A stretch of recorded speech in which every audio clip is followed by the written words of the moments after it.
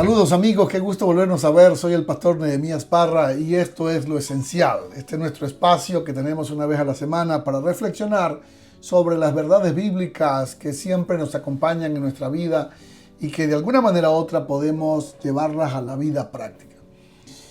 Hace algún tiempo leí la historia de un joven agrónomo estadounidense llamado Norman Borlaug.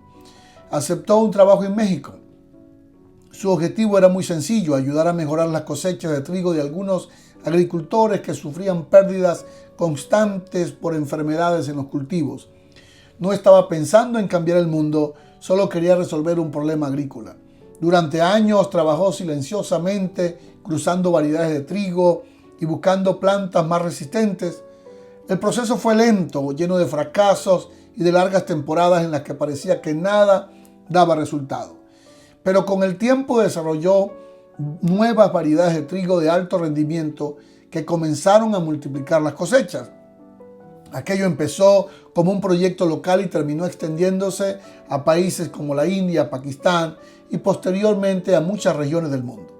Los historiadores llamaron ese proceso la Revolución Verde. Se estima que sus investigaciones ayudaron a evitar grandes hambrunas y contribuyeron a alimentar cientos de millones de personas. Por esa razón recibió el Premio Nobel de la Paz en el año 1970. Lo que más me impresiona de la historia de este joven americano fue que comenzó con un pequeño problema, pero el alcance de su trabajo fue muchísimo mayor de lo que él un día se imaginó. Cuando pienso en esto, viene a mi mente exactamente las palabras del apóstol Pablo cuando hace una oración por los hermanos de Éfeso. Y él dice: y aquel que es poderoso para hacer mucho más abundantemente todas las cosas de lo que pedimos o imaginamos. ¿Qué textazo ese? Dice un amigo mío.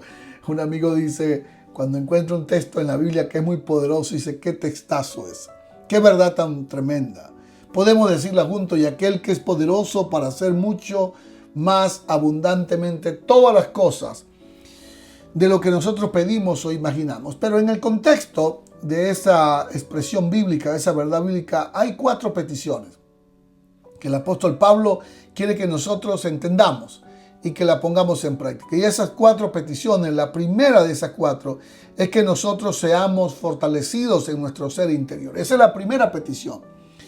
Y el ser fortalecido en nuestro ser interior es porque en la parte interna de nosotros describe la naturaleza espiritual del creyente.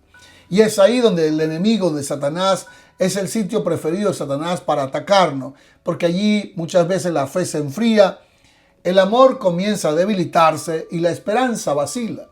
Pero es en ese lugar donde nosotros necesitamos recordar hoy que somos fortalecidos por el poder del Espíritu Santo. Romanos 8 lo explica bien, que nosotros somos débiles, pero que el Espíritu Santo de Dios nos fortalece e intercede por nosotros.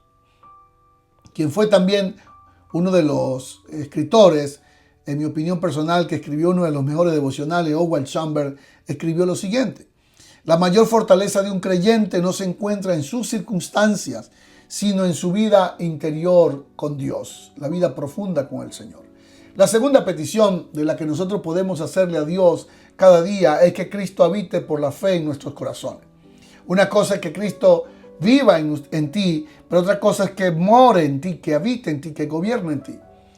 Y una manera de explicar este texto es como los que vivimos como inmigrantes en otros países.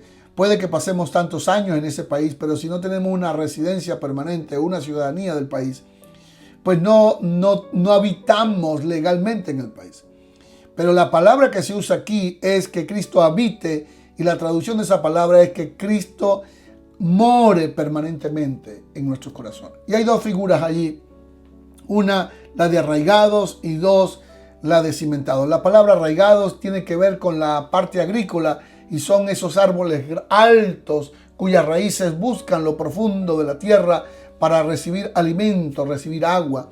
Y cimentado tiene que ver entonces con esos edificios que son muy bien hechos, con buenas bases, con buen cimiento, de manera que nada pueda derribarlo.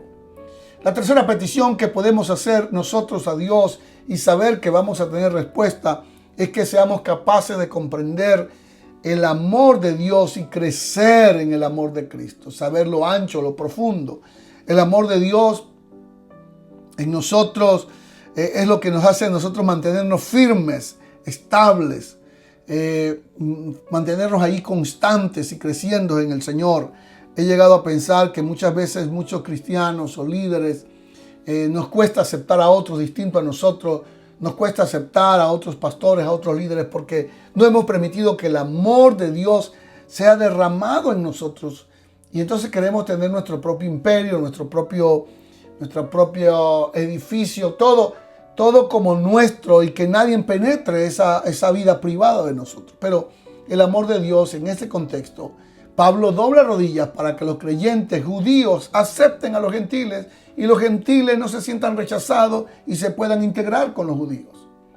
Y la cuarta petición que el apóstol Pablo nos enseña a hacer es la petición de que seamos llenos de la plenitud de Dios. Sea lleno de la plenitud de Dios.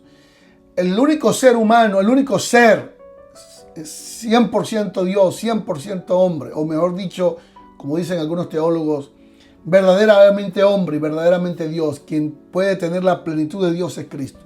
Pero nosotros en Cristo podemos ser partícipes de la plenitud de Dios. Es decir, tener los rasgos de su carácter, de su voluntad, de su amor, y que el gobierno de Dios se refleje en nuestra vida y en nuestro corazón. Albert Simpson escribió lo siguiente: Dios no quiere simplemente bendecir nuestra vida, quiere llenarla con su propia vida. Ahora, estas cuatro peticiones en nuestra óptica son imposibles de responder, porque uno pudiera pensar, bueno, yo puedo pedirle a Dios algo y sé que me lo va a dar, pero estas cosas me parecen muy difíciles. Parece que Dios no me va a responder, pero son peticiones importantes que usted puede hacerle a Dios hoy. Primero, que sea fortalecido en su ser interior. Eso le hará a usted capaz de enfrentar cualquier prueba. Dos, que Cristo habite en su corazón, que more permanentemente. Tres, que pueda comprender la anchura del amor y la profundidad del amor. Y cuarto, que sea lleno de la plenitud de Dios, que los rasgos, las características del carácter de Dios estén en ti.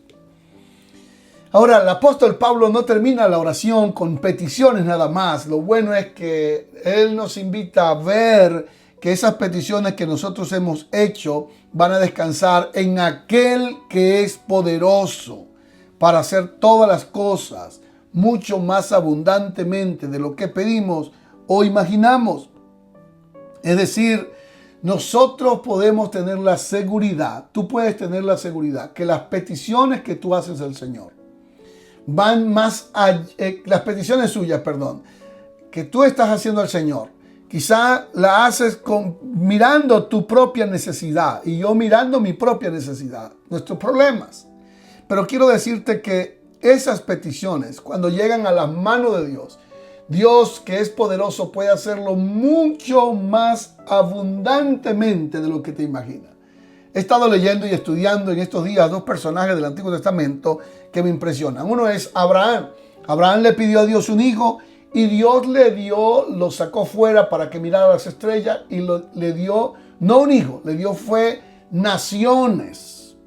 La otra fue Ana. Ana le pidió a Dios un hijo y Dios no le dio un hijo cualquiera, le dio varios hijos y aparte le dio un hijo que fue Samuel, que fue extraordinario e inminente profeta, uno de los hombres insignes del Antiguo Testamento. De manera que esa petición que tú tienes delante del Señor, pone en tu corazón hoy la confianza de que Dios puede responderte mucho más allá de lo que te puedes imaginar. Tú pides a Dios una petición y Dios te responde un propósito. Tú le pides, tú colocas delante de Dios una necesidad y Dios te responde en una dimensión que es difícil medir, porque el Señor quiere sorprenderte y sorprenderme a mí. Y quiera Dios que podamos abrir nuestros ojos para ver lo grande que Dios tiene para nosotros. Finalmente, el apóstol termina con una doxología y dice: lo que podemos hacer nosotros ante un Dios tan grande es darle la gloria a Dios. A Él sea la gloria. En la iglesia, en Cristo, en la historia y en la eternidad. Lo repito, la gloria a Dios en la iglesia, en Cristo, en la historia y en la eternidad. Entonces, ¿cuál es lo esencial de esta enseñanza de hoy, de esta reflexión de hoy?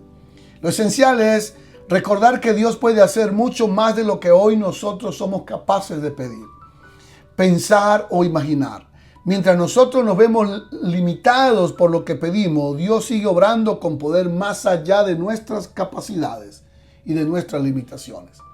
Recuerden que nosotros tenemos un Dios grande y poderoso y Él quiere darnos mucho más de lo que nosotros pedimos. Padre bueno, permítanos que nosotros podamos tener la confianza que cada petición que hacemos, tener la seguridad de que tú respondes mucho más de lo que nosotros podemos pedir. Amén.